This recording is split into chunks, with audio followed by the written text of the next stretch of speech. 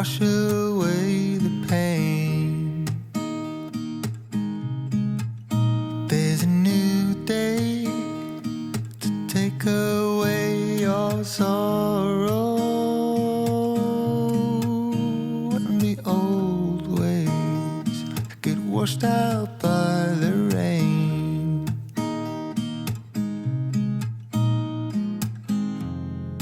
Darling, you've got to keep. Hi everyone, welcome back to Faith and Flour. This is Robin.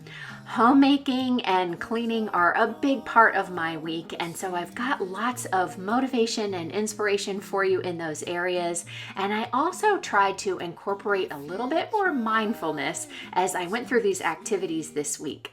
As you may have seen in my previous video, I have been reading the book Slow by Brooke McAlary that I checked out from the library, and this book has really inspired me to slow down a bit.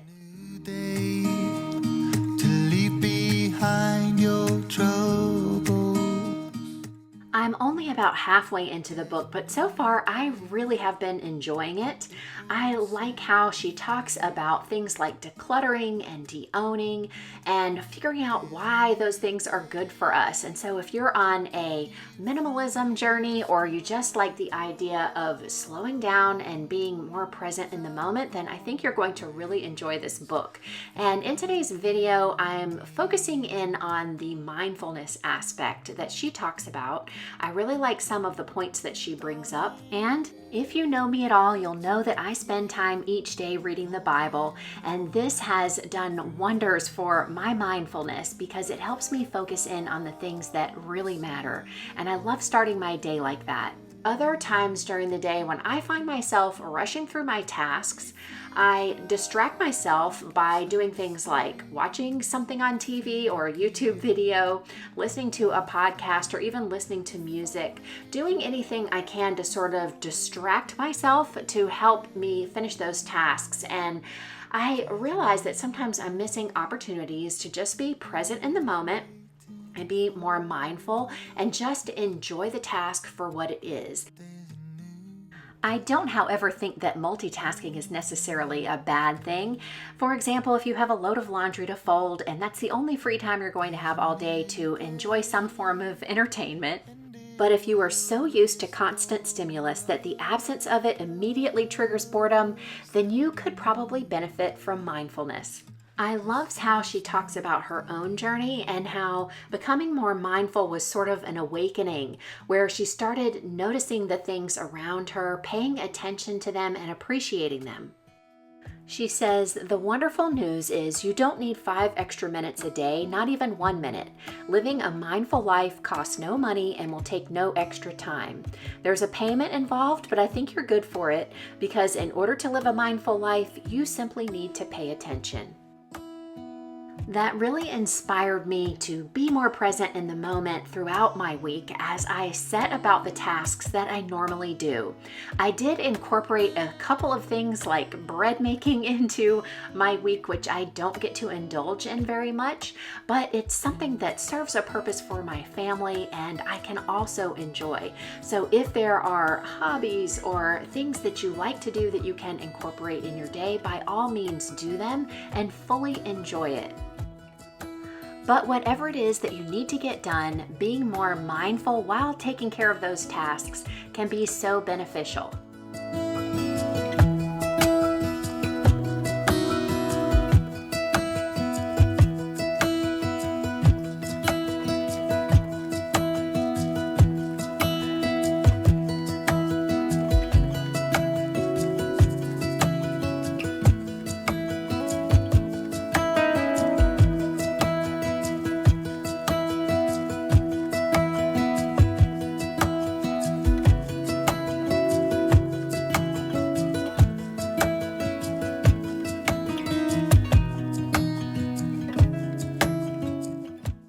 Doesn't mean that you need to take more time doing the task. It just means that while you're doing it, you can reap the benefits of being aware of everything that's involved in that task and really appreciating it.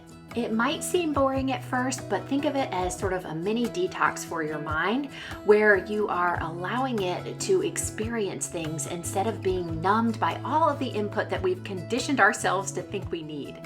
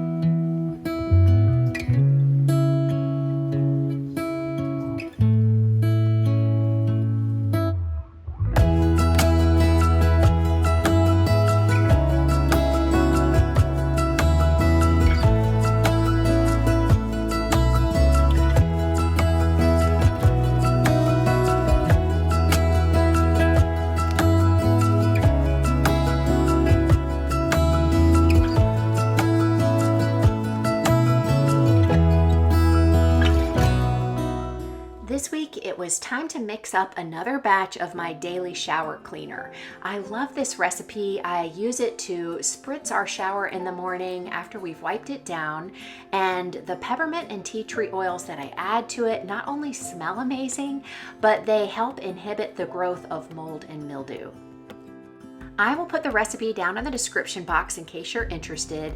It's basically made up of distilled water, vodka, and the essential oils. And the reason why I use vodka is because it's a great cleaner and it's safe for natural stone.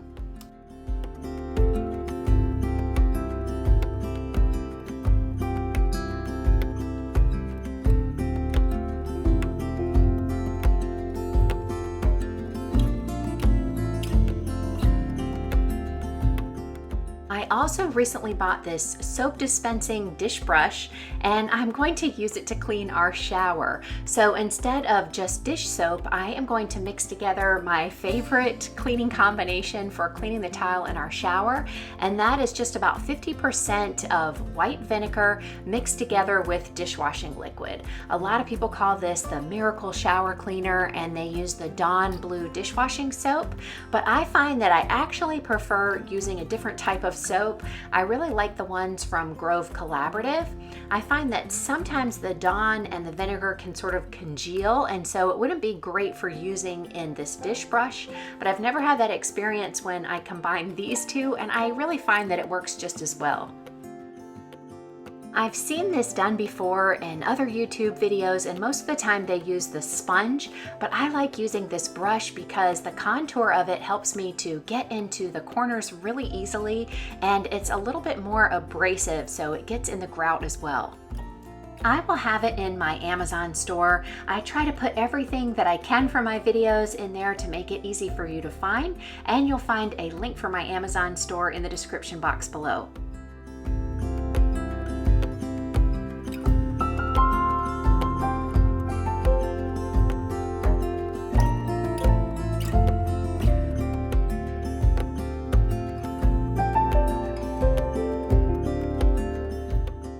The button on the handle releases the dishwashing and vinegar combination, and then I can use it to scrub the tile and the grout and get everything clean while I'm taking my shower.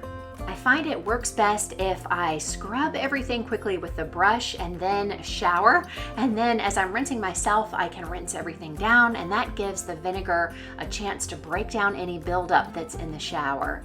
And when I'm finished, I can hang it on a command hook, and it's ready to use the next time I need it.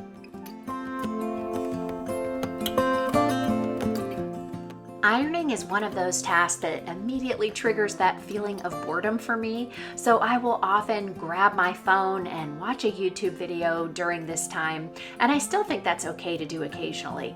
But this time I let myself get comfortable with the boredom, and I noticed things that I don't normally pay attention to, like the smell of the clean laundry, the feel of the steam, and also just the satisfaction of smoothing everything out, and I found it to be a really relaxing experience.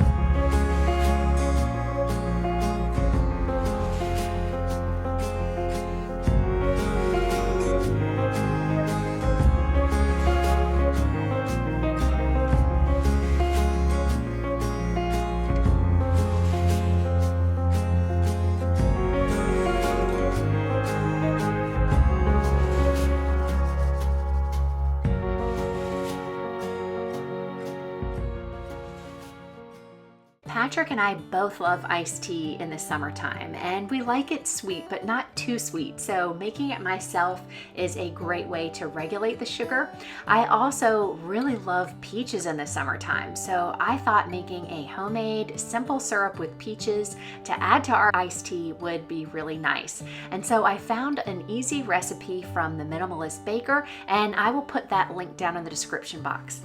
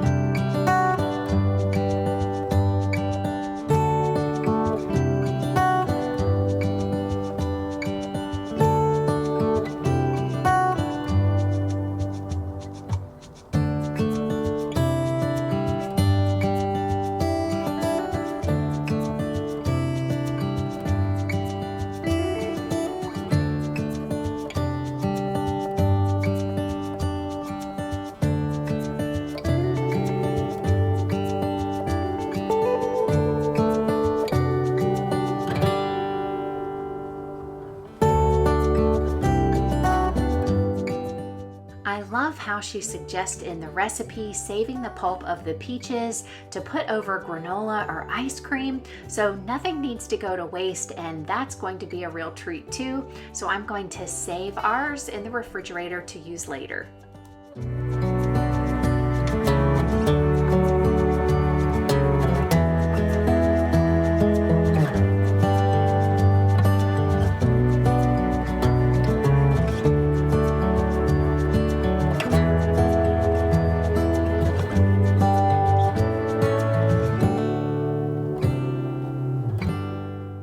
Leaving the skin of the peaches on gives the syrup this beautiful color, and it smells and tastes just as good as it looks, I promise.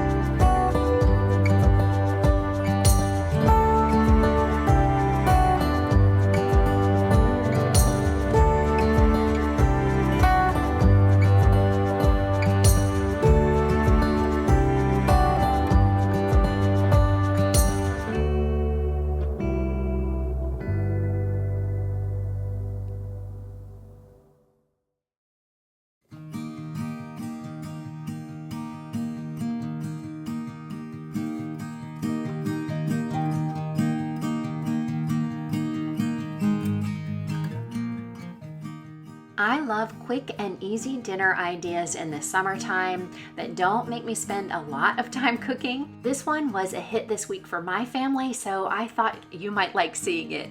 I just steamed some fresh asparagus, and when they were finished, I set them aside because I'll serve them room temperature with just a little bit of salad dressing on top. And then I melted some butter in my skillet, added a little bit of garlic, and once that was fragrant, I added some shrimp that I had thawed.